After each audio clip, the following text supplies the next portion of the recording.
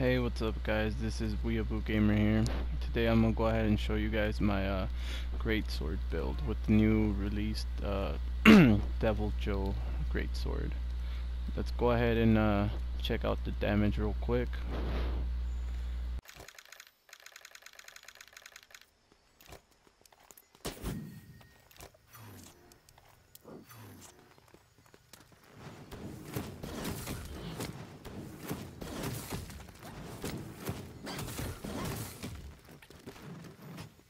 Take a look at the build that I have going on. So for my weapon, I have the Anguish weapon. It's the new Deviljho GreatSword. I have the attack charm level 3, the dragon proof mantle that you also get from completing the Deviljho questline.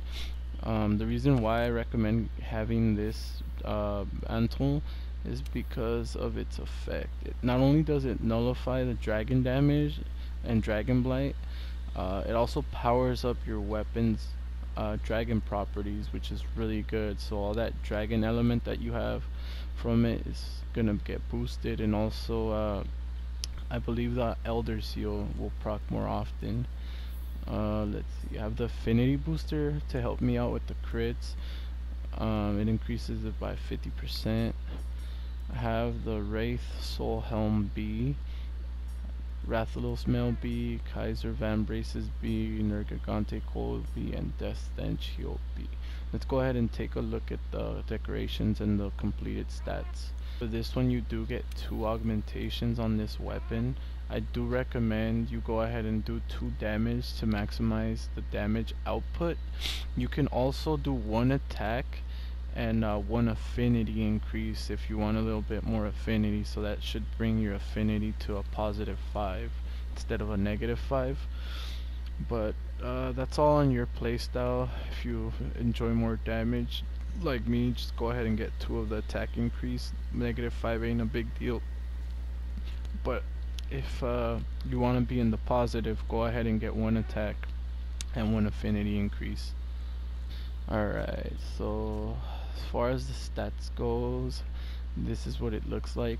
You want attack boost at 5, critical eye at 5, critical boost at 3, weakness exploit at 3, and handicraft at 2. So the reason why you want the attack boost as 5 is it increases the raw damage of the greatsword. So the higher the raw damage, the higher the crits and the higher the hits.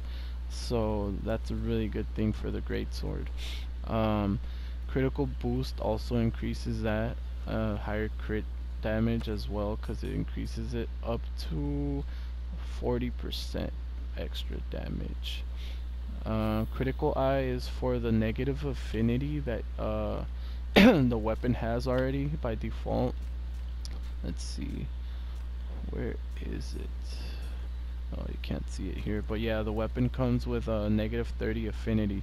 So what we want to do is get as much of that off as possible. So that's why we got our critical eye at level 5. So we have, I believe, 5 expert jewels here.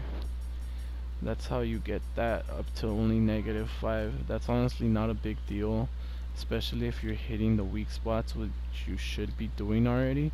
It increases the affinity by another 50% on top of the -5 that you currently have because of the 5 expert jewels.